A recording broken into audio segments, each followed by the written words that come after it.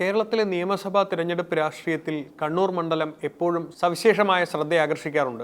ഇത്തവണ സ്ഥാനാർത്ഥി നിർണയ ഘട്ടത്തിൽ കോൺഗ്രസിനുള്ളിൽ രൂപപ്പെട്ട അസാധാരണമായ സാഹചര്യങ്ങൾ പാർട്ടിയുടെ കേന്ദ്ര നേതൃത്വത്തെയും സംസ്ഥാന നേതൃത്വത്തെയും ഒരുപോലെ സമ്മർദ്ദത്തിലാക്കി. സിറ്റിംഗ് എംപിമാർ നിയമസഭയിലേക്ക് മത്സരിക്കേണ്ടതില്ല എന്ന ഹൈക്കമാൻഡിന്റെ പൊതുവായ നയവും കണ്ണൂരിലെ പ്രത്യേക സാഹചര്യം മുൻനിർത്തി കെ സുധാകരൻ നടത്തിയ അവകാശവാദങ്ങളും തമ്മിലുള്ള വടംവലിയാണ് ഒടുവിൽ സുധാകരന് അനുകൂലമായ തീരുമാനത്തിലെത്തിയത്. ദേശീയ തലത്തിൽ കോൺഗ്രസ് സ്വീകരിച്ച നിലപാട് പ്രകാരം തിരഞ്ഞെടുക്കപ്പെട്ട ജനപ്രതിനിധികൾ മറ്റൊരു തിരഞ്ഞെടുപ്പിൽ മത്സരിക്കുന്നത് ഒഴിവാക്കി പുതിയ മുഖങ്ങൾക്ക് അവസരം നൽകണമെന്നായിരുന്നു. എന്നാൽ കേരളത്തിൽ KPCC അധ്യക്ഷൻ കൂടിയായ കെ സുധാകരൻ കണ്ണൂർ മണ്ഡലത്തിൽ തന്റെ സാന്നിധ്യം അനിവാര്യമാണെന്ന നിലപാടിൽ ഉറച്ചുനിന്നു. കണ്ണൂരിലെ രാഷ്ട്രീയ എതിരാളികളെ നേരിടാൻ തനിക്ക് മാത്രമേ സാധിക്കൂ എന്ന പ്രാദേശിക പ്രവർത്തകരുടെ വികാരവും ഈ തീരുമാനത്തിന് പിന്നിലുണ്ടായിരുന്നു. സ്ഥാനാർത്ഥി പട്ടിക തയ്യാറാക്കുന്നതിനായി ഡൽഹിയിൽ നടന്ന ചർച്ചകളിൽ പ്രതിപക്ഷ നേതാവ് VD സതീശൻ സ്വീകരിച്ചത് തത്വാധിഷ്ഠിതമായ നിലപാടായിരുന്നു. ഒരാൾക്ക് മാത്രമായി ഇളവ് നൽകുന്നത് സംഘടനയുടെ അച്ചടക്കത്തെയും ഭാവിയിലെ സ്ഥാനാർത്ഥി നിർണയങ്ങളെയും ബാധിക്കുമെന്ന് അദ്ദേഹം വാദിച്ചു. മാനദണ്ഡങ്ങൾ എല്ലാവർക്കും ഒരുപോലെ ബാധകമാണെന്നുള്ള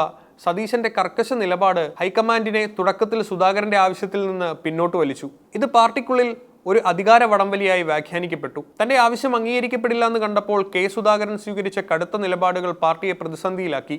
മുതിർന്ന നേതാക്കളെ വിളിച്ച് അദ്ദേഹം നടത്തിയ വൈകാരികമായ പ്രതികരണങ്ങളും അനുയായികളോടൊപ്പം മത്സരിക്കുമെന്ന സൂചനകളും ഹൈക്കമാൻഡിനെ അങ്കലാപ്പിലാക്കി. ഈ ഘട്ടത്തിൽ സുധാകരനെ പിണക്കുന്നത് മലബാർ മേഖലയിലെ തിരഞ്ഞെടുപ്പ് ഫലങ്ങളെ ദോഷകരമായി ബാധിക്കുമെന്ന് AICC നേതൃത്വം വിലയിരുത്തി. വ്യക്തിപരമായ പ്രതിഷേധങ്ങളെക്കാൾ ഉപരിയായി ഒരു വലിയ വിഭാഗം പ്രവർത്തകരുടെ വികാരം സുധാകരനൊപ്പമുണ്ടെന്ന തിരിച്ചറിവാണ് ഹൈക്കമാൻഡിനെ പുനർചിന്തയ്ക്ക് പ്രേരിപ്പിച്ചത്.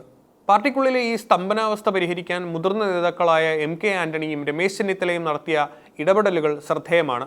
കേരളത്തിലെ കോൺഗ്രസിന്റെ ഐക്യം നിലനിർത്തുക എന്ന ലക്ഷ്യത്തോടെയാണ് ഇവർ ഹൈക്കമാൻഡിനും സുധാകരനുമിടയിൽ പാലമായി പ്രവർത്തിച്ചത്. നിയമസഭാ തെരഞ്ഞെടുപ്പിൽ UDFന്റെ വിജയം ഉറപ്പാക്കാൻ സുധാകരനെ പോലൊരു ജനകീയ നേതാവ് പ്രചാരണ രംഗത്ത് സജീവമാകേണ്ടത് അത്യാവശ്യമാണെന്ന് ആന്റണി ഹൈക്കമാൻഡിനെ ബോധ്യപ്പെടുത്തി.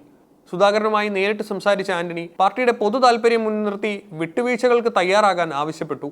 ഒടുവിൽ കണ്ണൂരിൽ അദ്ദേഹത്തിന് മത്സരിക്കാൻ പ്രത്യേക ഇളവ് നൽകാമെന്ന ഉറപ്പ് ഹൈക്കമാൻഡിൽ നിന്ന് വാങ്ങിയെടുക്കുന്നതിൽ അവർ വിജയിച്ചു. ഹൈക്കമാൻഡ് സുധാകരന്റെ ആവശ്യത്തിന് അംഗീകാരം നൽകിയതിന് പിന്നിൽ പ്രധാനമായും 3 ഘടകങ്ങളാണുള്ളത്. കണ്ണൂരിൽ സുധാകരന് പകരം മറ്റൊരു സ്ഥാനാർത്ഥിയെ കണ്ടെത്തുന്നത് വിജയസാധ്യതയെ ബാധിക്കുമെന്ന ഇന്റലിജൻസ് റിപ്പോർട്ടുകൾ ഒരു ഭാഗത്ത്, സുധാകരന്റെ പിന്മാറ്റം പാർട്ടിക്കുള്ളിൽ വലിയ പിളർപ്പിന് വഴിവെച്ചേക്കാമെന്ന ഭയം മറ്റൊരു ഭാഗത്ത്.